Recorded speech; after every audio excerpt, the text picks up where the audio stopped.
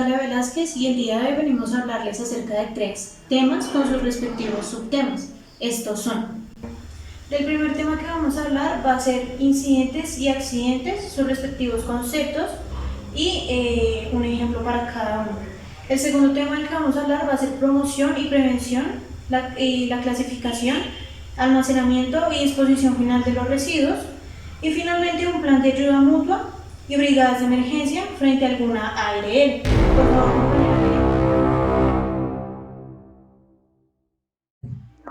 Un incidente es un pequeño, como su nombre le dice, accidente que sucede cuando un trabajador tiene un tropiezo o ocurre algún daño a un objeto en un área de trabajo.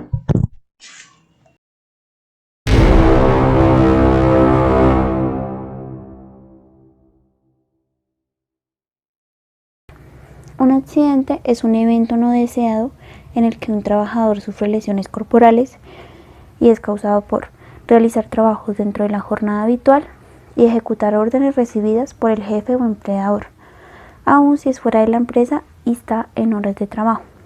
Los tipos de accidente pueden ser: accidente leve, evento en el que un trabajador sufre lesiones corporales y luego de una evaluación médica recibe un descanso con retorno de sus labores al día siguiente. Segundo, accidente incapacitante, evento en el que un trabajador sufre lesiones físicas que le impiden utilizar alguna parte de su cuerpo, ya sea de manera temporal o permanente. Allí el trabajador recibe un descanso médico mayor a un día para ausentarse al trabajo. Y la última, accidente mortal, suceso en el que el trabajador pierde la vida. Y les daré un ejemplo de incidente. El madero cayó desde el tercer piso y le pasó cerca de la cabeza del trabajador. Un claro ejemplo de un accidente es cuando el trabajador de limpieza se cae limpiando los vidrios de los edificios y sufre una fractura en su área de trabajo. Esto sucede cuando el trabajador no porta muy bien sus elementos de protección, ya que esto es esencial para que los trabajadores no sufran ningún accidente laboral.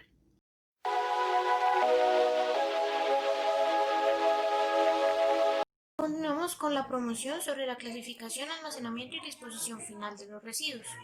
Pensar en la basura creo que a todos nos causa un rechazo inmediato. Sin embargo, tenemos que convivir con ella y no solo en nuestros hogares, sino en cualquier esquina, en las calles, a orillas de las carreteras, en los parques, en las plazas de mercado, etc. Y esto ocurre porque el hombre se ha encargado de realizar unas actividades donde se realiza una producción excesiva de desechos, los cuales se convierten en un inconveniente mayor a la hora de almacenarlos, disponerlos o eliminarlos.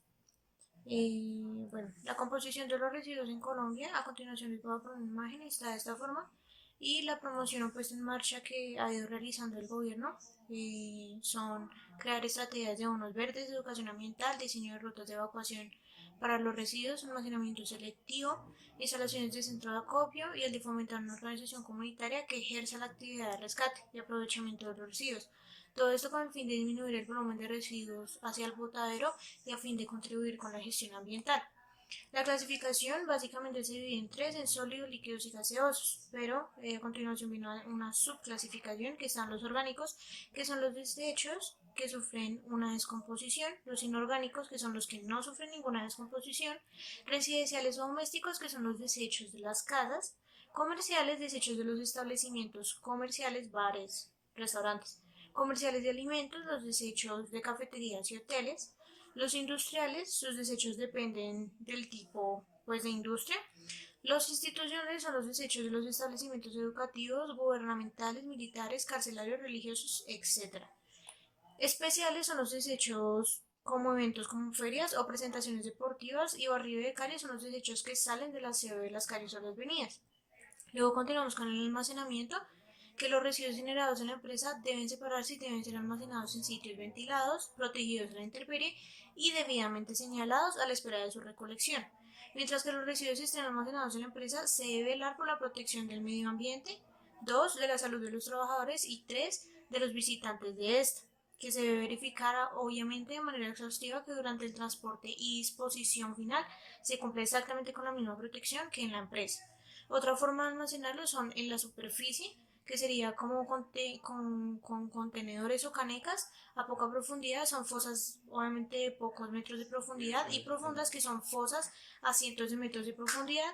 y pues quedarían de forma definitiva. Un ejemplo, el relleno de Doña Juana. Finalmente, la disposición final, que sería el sistema de disposición más utilizado, el denominado relleno sanitario, que básicamente pues han aparecido varias propuestas, pero el gobierno no ha aceptado ninguna y siguen insistiendo en quedarse con el relleno sanitario conocido como Doña Juana en la localidad de Ciudad Bolívar.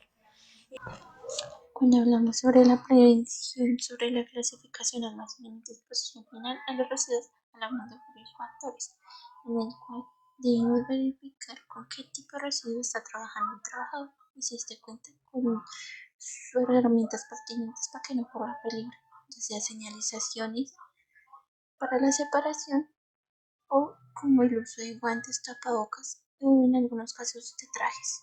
Y debe contar con un adecuado y manejo de información sobre lo que debe clasificar y de los residuos con los que debe tratar. Y debe mirar si son sólidos o no, o son orgánicos. O en tal caso también debe verificar de que si este es aprovechable o no.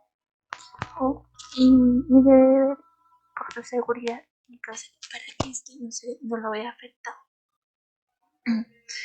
Y ellos deben tener conocimiento de, de cómo tratar con estos residuos y de si son pertinentes o no, dando un apoyo para ellos y para el ambiente, trabajando de la mano. Y se le puede decir a un residuo aprovechable aquel que pueda ayudar a un nuevo uso, y no aprovechables a todo el que sea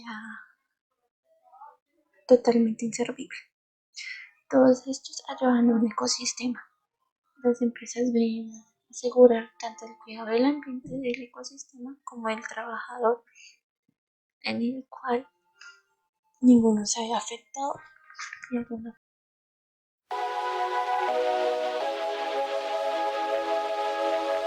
Modelo Plan de Emergencias de la ARL Sura.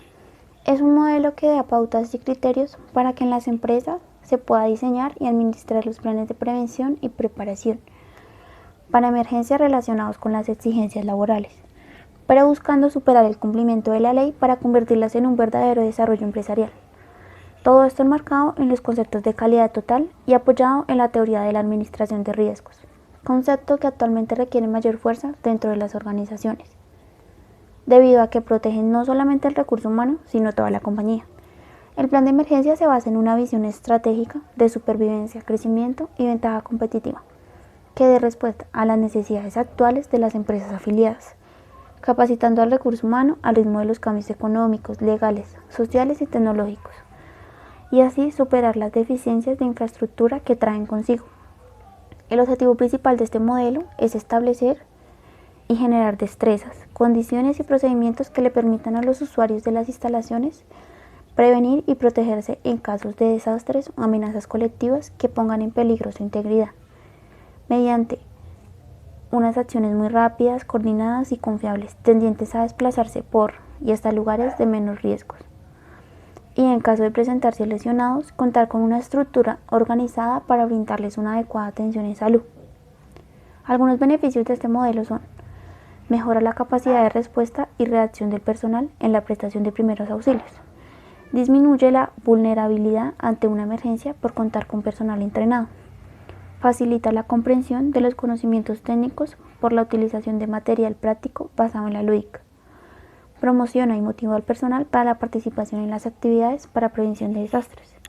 Y genera ambientes laborales más tranquilos y confiables. No obstante, podemos observar el tema del plan de ayuda mutua, el cual consiste en análisis de vulnerabilidad de las empresas, formación de líderes de emergencia y plan de acción médica. En esto también podemos encontrar los comités de ayuda mutua, en los cuales las empresas de la misma zona comparten riesgos y pueden compartir recursos de una manera ordenada, de tal forma que en el evento de ocurrencia de una emergencia, la participación de cada uno de los competentes de estos comités sea más planeada y más eficiente. Y por último, hablaremos del tema brigadas de emergencia.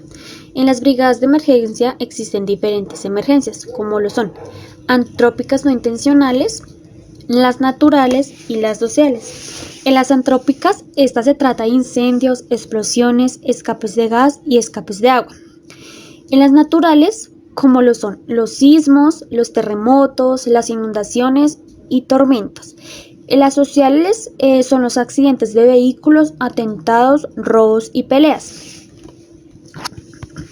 Las brigadas de emergencia es un grupo de colaboradores que hacen parte de la empresa, que están altamente capacitados y entrenados para cumplir con los objetivos establecidos en el plan de emergencia de la empresa, para brindar ayuda en momentos de una emergencia y que en ocasiones como personas no sabemos controlar situaciones como las de emergencia de manera efectiva y rápida.